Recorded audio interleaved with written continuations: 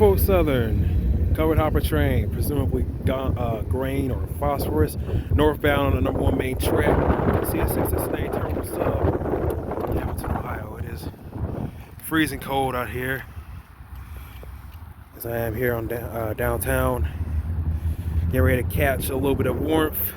We'll stick around for another one. Till then, it's Hakeem SD70M reporting to you live from the west side of the tracks in downtown Hamilton, Ohio, on a 30-degree night, wind chill in the 20s, like 26 or something like that. Out.